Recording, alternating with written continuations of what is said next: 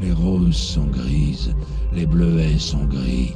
Pas drôle d'être mort. Les réprouvés étaient des humains de Lordaeron tombés sous la peste du fléau. Quand le pouvoir du roi Lich s'était affaibli, une partie des morts-vivants avait retrouvé leur volonté. Sylvanas Coursevent, ancien général des forestiers, était à la tête de cette armée libérée. Ils avaient pris le nom de réprouvés et s'étaient installés sous les ruines de Lordaeron. Pour les humains traumatisés par la peste, ils restaient des ennemis. L'Alliance refusait de les reconnaître. Thrall avait accepté les réprouvés pour des raisons stratégiques. Leur présence lui donnait une base avancée dans les royaumes de l'Est. Ils avaient ensuite aidé les elfes de sang à rejoindre la Horde, grâce au lien de Sylvanas avec Keltalas. Les réprouvés avaient ainsi consolidé la Horde en apportant des alliés et une force militaire supplémentaire. Les réprouvés avaient participé aux campagnes contre le fléau et contre l'Alliance. Leur réputation avait été marquée par les travaux de la Société royale des apothicaires, mais aussi par la trahison de Putrescin, à la porte de la couronne de glace. Sous Sylvanas, ils avaient pris part à la campagne de Gilneas. Pendant Légion, Vol'jin avait nommé Sylvanas chef de guerre, donnant aux réprouvés une place centrale dans la Horde. Sylvanas avait alors poursuivi ses recherches avec les Valkyres pour assurer la survie de son peuple, incapable de se reproduire. Sous l'impulsion de Sylvanas, en accord avec le geôlier, les réprouvés ont attaqué et brûlé Teldrassil. Lors du Mag'Gora contre Varrock Sorkro, Sylvanas avait révélé qu'elle ne croyait plus en la Horde et avait quitté ses rangs. Les réprouvés s'étaient retrouvés sans chef. Kalia Menethil, sœur de Arthas, avait rejoint leur rang et proposé une autre voie. Avec elle et d'autres figures, les réprouvés avaient commencé à chercher une identité différente, moins tournée vers la vengeance, mais plus vers la survie. Ils restaient membres de la Horde, mais leur place dans Azeroth continuait à évoluer. Tu appelles ça de l'archéologie?